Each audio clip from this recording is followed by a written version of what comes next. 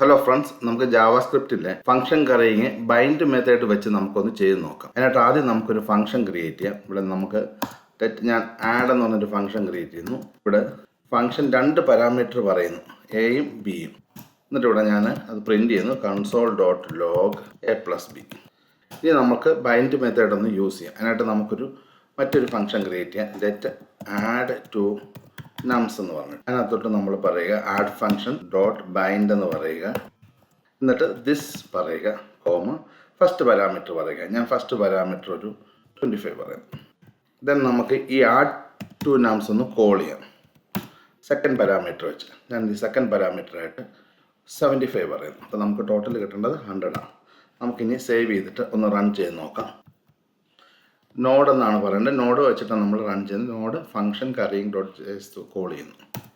So ഇപ്പോൾ നമുക്ക് 100 result കിട്ടിയിട്ടുണ്ട്.